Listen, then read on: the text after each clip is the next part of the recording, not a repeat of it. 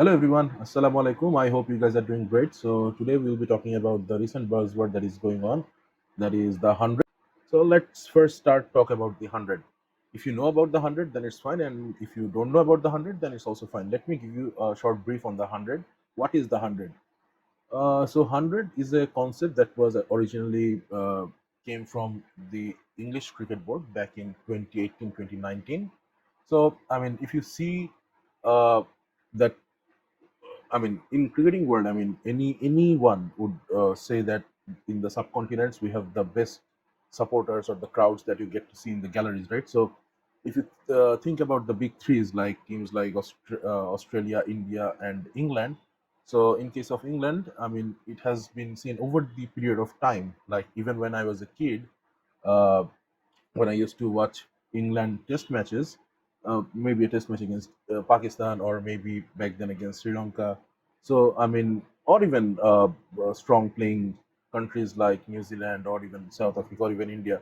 So, one thing was evident that, most of the time, especially in test matches, most of the gallery was filled with elderly people. So, even my father used to say, why the hell I was watching all these test matches where even there people are not watching these games, and also only the elderly people are actually watching these test matches back then. So over that time, I think they have come a long way, and this number has actually increased, and that's why they have decided that, as you all know, cricket is right now a very good business in terms of the way it's growing and also getting the reach and the popularity it's getting right now. So England thought that they will have to acquire new customers, right? So, what you normally do when you need to expand your business? Either you make sure that your current customers are actually taking more things from you, or giving you more revenue, or you uh, try to get new faces, or you get new customers for your business, right? So what England saw, that these elderly people who were actually coming into the gallery for watching matches. So when this generation will be expired, so they don't have any linkage that where the new audience or the new supporters would be falling for cricket, would be coming into the ground, seeing all these matches. So that's why they thought about introducing the 100. 100 is, as the name suggests, it's a 100 ball game. So in recent times, I think after Test, ODI, we have seen the surge of the T20s, and there are other formats that is also being played, but not in the ICC events, like formats like the 100 or even the T10.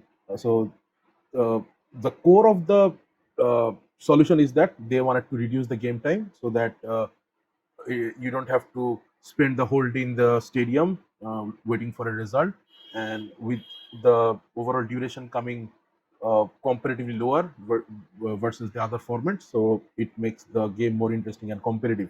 So the way the 100 is played is that it's a 100 ball game. So for this 100 format, what is the difference in terms of the normal cricket and the 100 cricket? It's that, first of all, the bowlers, the overs are in 5 balls. Okay, so uh, in the 100 format, any bowler can bowl a maximum of 20 balls. So, and in these 20 balls can be bowled in two ways. So, either as a bowler, you can bowl 5 balls, then you can take a break, then you can come back and bowl 5 balls. The spells can be of 5 balls, 4 spells, it's like just like the over, as I said. Or what you can do is that you can at a stretch bowl 10 balls. So, the objective was to actually reduce the game time, make the game more interesting. So that's why in the 100, one bowler, if he wants or if the team wants, they can make him bowl 10 balls at a stretch. So that's a difference, and it's a 5 ball over game. That's another thing. And the overall strategic timeout time is also reduced. That's one thing. So whenever the one bowler is actually bowling from one end, so at the end of the over, then they will have to switch ends, and it takes some time. So in the 100 format, you don't have to change the bowling end if even you bowl 10 balls at a stretch. So that's also there. And in terms of if the match gets tied, so we get to see in T20s that we have a super over, right? So for the 100 format, you have the super five. So you get to face 5 balls, and the team scores higher in those 5 balls wins the game. It's like the super over, but as I said earlier, that here the over is somewhat considered as like 5 balls, so that's why it's a super five. So another thing is that this the 100 makes things much more easy to comprehend, and also the main factor is that it reduces the game time to a great extent. I mean, for example, if I take a look at it, it takes roughly around 1.5 hours to complete innings of T20 match, one innings of T20 match. So I mean, considering it's the 100, it takes less than 1.5 hours. That means coming down to roughly around 80 or 75 minutes or like things like that. So that actually reduces a lot of game time when you consider it as an overall match. So as our attention span is also reducing, England actually tried to attract their new generation to make them interested about cricket, and that's why they actually introduced the 100. It's the other things are as like the regular cricketing rules, and when they started the 100, I mean, they actually went. It's another league like we have for Bangladesh. We have BPL, in India we have IPL, and SA T20 League, or even PSL, Big Bash. But it's the same thing, but instead of 20 overs, it's the 100 ball match that is the new thing. So this 100 was supposed to get rolled out from 2020, but due to the COVID and stuff, they were delayed by 1 year, and it rolled out in the actually from 2021. And since then up to 2025, we have seen 5 seasons of the 100, and there are 8 teams who play in this 100 format in England, and these teams are named in their cities. So that's how things are for the 100.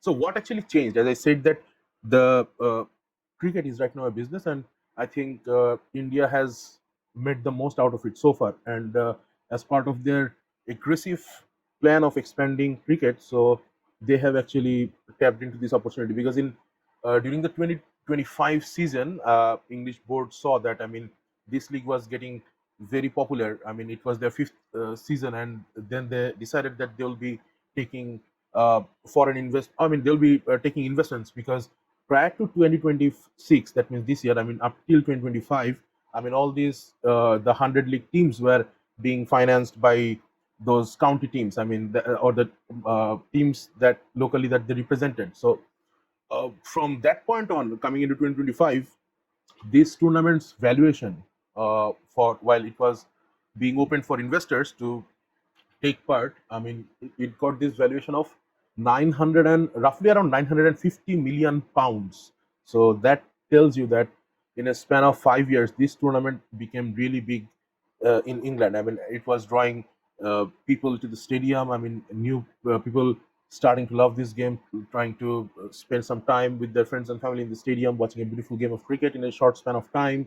So it became really popular over this 5 year span, and that's why the board decided that they will be taking the investors. And in 2025, we saw that they actually opened this up. And when it was opened, I mean, India was the first uh, country. I mean, the IPL owners, to be exact, were the ones who showed the interest to be there. Because if you take a look at the world cricket right now, I mean, test matches are apart from some extreme rivalries like Ashes, or even India, Australia, South Africa, New Zealand, or England. So there are a couple of series which attract the eyeballs, but then ODIs, you see the bilaterals, and that's it. But the T20 is also getting good traction compared to the test and the ODI right now. So apart from that, I mean, the T20, it's been currently placed in such a position, and obviously the credit goes to the IPL for making cricket this commercial. And that's why these IPL owners decided that they will be expanding to the 100 as well, because already we have seen these owners, I mean, who are the IPL owners, they have got teams in different other leagues, such as they have teams in the South Africa T20 League, they have got teams in the Caribbean Premier League, they have got teams in ILT20. So wherever you go, I mean, these IPL owners, they are actually trying to aggressively expand their franchisee, and trying to make the most money out of it. So they actually jumped in, and out of the 8 teams that previously was not having any outside investors, and out of that 8 teams, 4 teams were actually being bought by the IPL owners in 2025. I mean, on this year's 2026 season, there are still 8 teams playing, but out of these 8 teams, there are 4 teams which are owned by the English IPL franchise owners. So the interesting thing is that before this 100, I mean, well, we were actually having the Men's T20 World Cup. The 15th February, I mean, India Pakistan match, we had so much confusion going around. I mean, we saw that, the hotel bookings were being cancelled. Uh, People were confused whether there would be an India Pakistan match or not. So Pakistan was actually pushing it to its limit so that India faces hard time. And eventually there was this India Pakistan match, but there was at times the question that whether is the match is going to be played or not. So considering at that point of time, I mean, there was discussion going on that what would happen by the way Pakistan uh, board, I would say, that took the decision of not playing against India just before the World Cup started. So while these things were going on, and one thing was coming into the surface that for the first time, the 100 is going to be uh, played where they have taken investors, and four IPL owners have got teams in the 100 as well. So 50%, I mean, as eight teams are playing in that 100 league, so 50% of the teams are being owned by the IPL owners. So whether they will be taking the Pakistani players in that league or not, because if you take a look at the overall England team, I mean, there has been players who are actually originated from this subcontinent part, because uh, you'll find a lot of Pakistani people and Indian people and Bangladeshi as well. So uh, staying in England, right? So and if you historically take a look at, like, for example, players like, if I have to talk about Nasir Hussain, Owais Shah, then Adil Rashid, then mm, uh, Samit Patel, then Ravi Bopara, then Monty Panesar. So these are the players who are actually uh, originated. Their family comes from India or Pakistan. So you get to see a lot of player coming into this England side who are actually from the subcontinent, right? So that's why I think everyone was expecting that, as there are teams who are right now being owned by the IPL owners, whether they would be taking the Pakistani players, or how would they even add to that. So there was an internal discussion that the owners from the IPL part, or the Indian owners, will not be taking any Pakistani players in this league. I mean, it's been given since 2009. I think the Pakistani players are also banned in playing for IPL. So as IPL is happening, or IPL happens in India, so then it's fine. I mean, if they don't allow the Pakistani players to be in this part of the world while they have got some tensions going around, so they can take the decision, and that's fine. But if they still want to dominate, like, for example, it's a league in the England, right? So and you cannot actually make a rule that you will not be taking uh, uh, players from a very specific country. That looks really odd. That looks really odd. But in fact, the ECB try to be very good about everything, as they are the big boss, one of the big bosses of the cricket. So even during the ICC Men's T20 World Cup, while this discussion was going on that whether anyone should be buying any team, I mean, anyone should be buying any player from Pakistan or not. So the ECB actually shared one statement where they tried to clarify that this tournament is pretty much inclusive, and uh, the player may be of any nationality. I mean, they should be given the chance, or there should not be any sort of discrimination. But it's just a statement, and we were expecting that the Indian IPL owners, they would be sticking to this policy, because, as I said, that the eight teams which are going to be uh, taking part in this year's 100. I mean, they are the Birmingham Phoenix, then we have got MI London, then we have Sunrisers Leeds, then we have Trent Rockets, then we have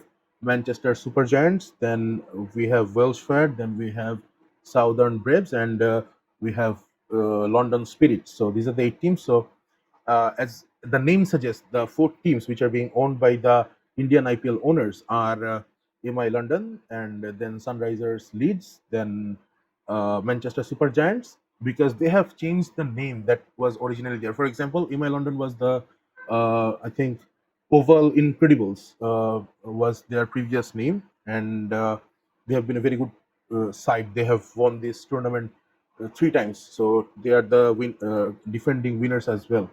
So that's there. So mi London, just like that. Then uh, we have got Sunrisers Hyderabad. So mi London is owned by Mumbai Indians in the IPL, and then Sunrisers Leeds, it's all owned by Sunrisers Hyderabad, and then we have Manchester Super Giants, that is in IPL, that is Lucknow Super Giants, and then we have Trent Rockets. I mean, this team only didn't change their name, and they actually kept the one they previously had in this 100 format. But this team is currently owned by the Delhi Capitals. So these four teams are owned by the Indian franchisee owners. And if you take a look at these franchises, I mean, MI, they have got teams in the almost every leagues right now. I think in Dubai, in America, in I think in ILT20, in SAT20. So everywhere they have the teams around. The same goes for Sunrisers as well,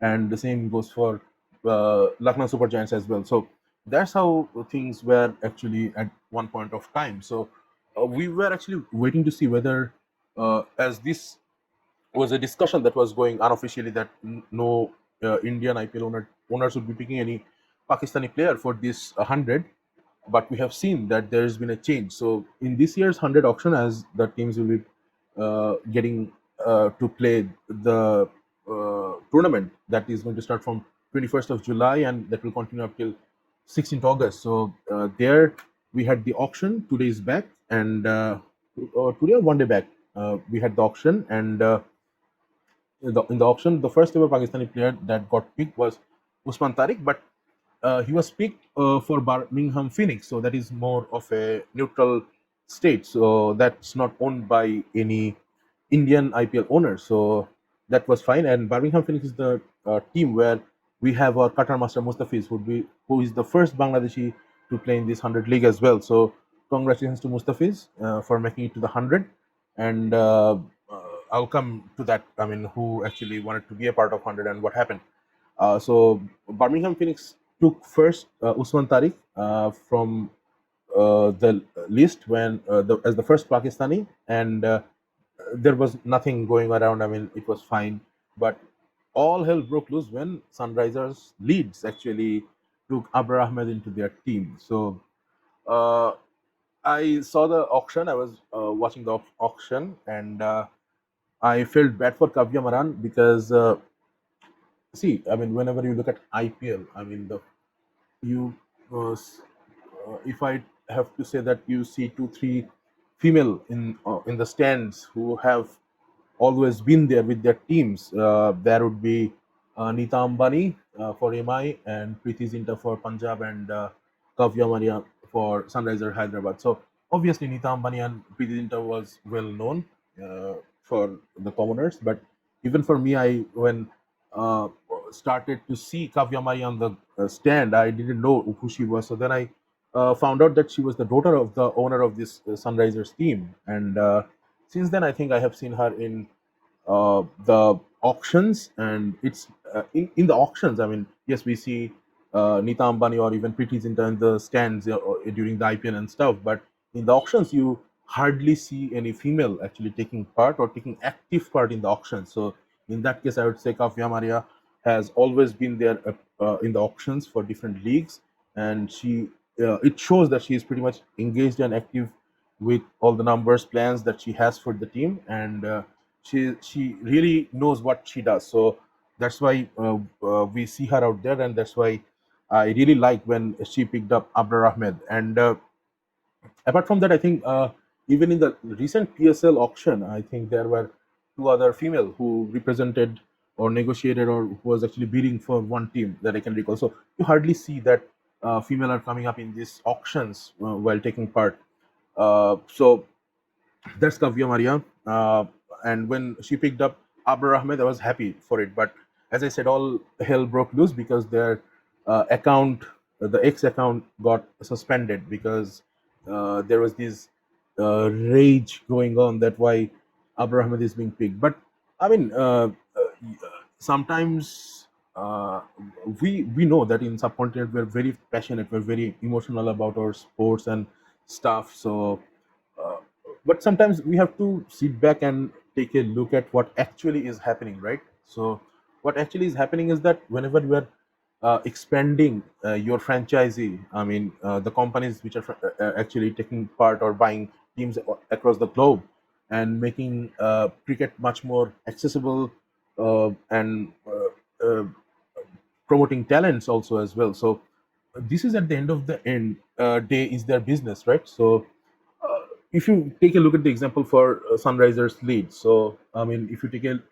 look at from a name perspective, also from the county perspective, if you take a look at the number of people living there, it's the Pakistani people are more in Leeds than the Indian in terms of numbers. And as per the 2021 census, the in Pakistani people or the Pakistani population living in Leeds or the geography that would be represented by Sunrisers Leeds, I mean, they have got 50% more people in that geography than the Indians. So yes, I mean, Indians and Pakistan, they're all in UK, but in this specific area, I think uh, Pakistani numbers are pretty good, and to have that backing, you needed to have someone from Pakistan, right? So it's very simple. I mean, if you want to engage with this community, you need to have a player that represents them. So from the team, I mean, there were like 12, 13, I think,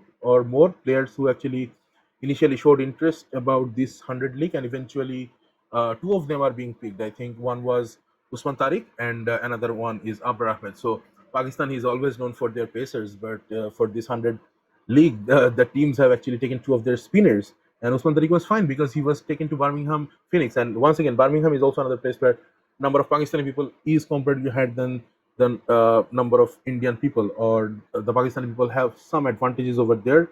So when Birmingham took this decision of having Usman Tariq, there was nothing going on because the owners are also not related to IPL. But on the same thing, on the same ground, I mean, if I wanted to have that business expanded over there, I'd have taken actually someone who actually also has got some representation of the community. And looking at Sunrisers Leeds, I think their best chance was to pick Abrar Ahmed. He's a world class spinner. So what's wrong with him, right? So but the Indian supporters seem to be very hard on this because there is nothing in public that the Indian owners or the Indian teams have actually decided they'll not be picking any Pakistani players. But I mean, during the World Cup, we thought that this is one of the moves that they are going to make, and as they didn't even shake hands, so maybe this is the way they will be trying to corner the Pakistani cricket out there.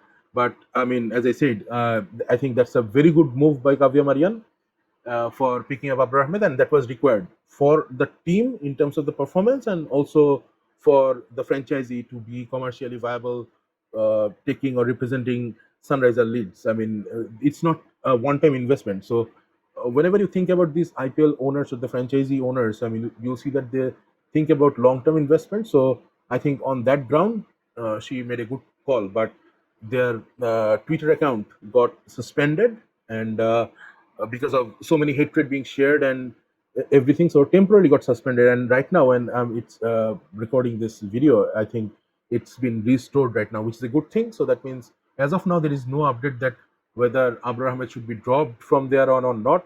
But I don't know what is going to happen. But as of now, it looks like that Abrar Ahmed is going to play for Sunrisers Leeds. But how does it going to impact, right? Very interesting. See, I mean, from Kavya Marian's perspective, I would say that yes, it's been given that will not be taking Pakistani players in the IPL because they're banned. So that's there. But uh, coming into the 100, being the owner of the 100 teams and not taking the Pakistani players, and that also was to some extent understandable because this is the way they wanted to actually treat, I think, these players. But if you take a look at the way, I mean, mm, just one example. For example, Usman Tariq, right? So this guy played in CPL, and his team was Trinidad or Tribano Knight Riders, and this Knight Riders is linked with Kolkata Knight Riders because in that CPL team's ownership, you have got Shah Rukh Khan, Juhi Chawla, and others. I mean, Juicala's husband as well. So I think the same owners who actually own Kolkata Knight Riders have got that CPL team. Trinidad, or I just forgot, but that was something T Knight Riders. I mean Trinidad, I guess. So in that CPL, Usman Tariq played. He's a Pakistani player, and there was nothing about it, right? So, in fact, the Knight Riders won that CPL T20 league, and that when uh, that happened, Usman Tariq also got all the attention he required, and his actions were becoming famous of that CPL because this is the place where he played. So there was no question being asked when that happened in CPL, but when it comes to the 100, and it's after when things were going south between India and Pakistan's match. So I was not expecting that the owners would actually pick any of the Pakistani players. So congratulations, Kavya Marian, for taking a not only a good call in terms of selecting a player, or you have taken a very good call in terms of selecting a player who would be representing a good number of your audience. I mean, the region or the geography that you would be representing in this 100. So that's how things are. So coming into this 100 auction thing and everything. So as I said, Mustafiz becomes the first Bangladeshi player to make it to this 100 from Bangladesh. In this 100, I think initially more than 20 plus players registered so that they can make it to this auction. But into the final auction, there were only two players who were made it to the list. One was Mustafiz Rahman, and another one was Rishad Hussain. So I was pretty much optimistic because I mean, let me tell you about the process why this happens is that whenever you register for this auction, then the teams who are taking part in this tournament, they decide whether who have they have got some interest to bring him to the final table. So that's why I think out of the 20 plus Bangladeshi cricketers who actually registered, two of them made it to this final, and that was Rishad Hussain and Mustafiz Rahman. A bit disappointed that Rishad Hussain didn't make it. If Rishad continues to perform well in the T20 formats and everything, so then one day we'll also get to see Rishad Hussain playing in the 100 as well. But at that point of time, he will be much more expensive than what he's supposed to be. But anyway, congratulations to Mustafiz Rahman for making it to Birmingham Phoenix. This is going to be a very good experience for him. And what I'm looking forward to see is that we don't get to see a bowler get 10 balls at a stretch, right? So uh, I would love to see when Mustafiz bowls these 10 balls, if he does. I mean, if the captain or the team thinks that he will have a 10 ball spell. So that will be something interesting to see because the way he deceives the batsman, and it's a 100 ball game. So that's how it is. So that's the whole funda about the thing going on around this 100. And let me tell you, I mean, it's a tournament that will not even last for a month. It's a 26, 27 days tournament. 8 teams will take part. They will play against each other, and the top team, the number one team out of this eight, will make it to the final. And there will be the team. I mean, there will be a match between the second team and the third team. The winner of that team will make it to the final and meet the team who stands in number one position, and that's how that gets decided. So that's how it is. But it's a tournament of less than a month, but the value. I mean, if you take a look at the salary or the cost that is going to be incurred for this 1 month. I mean, for the male 100 tournament for these 8 teams, the salaries for this 1 month is going to cost them around 15 million pounds. So just a month, that's it. So that tells you that how much money that people are investing at this moment to make this league much more lucrative going forward.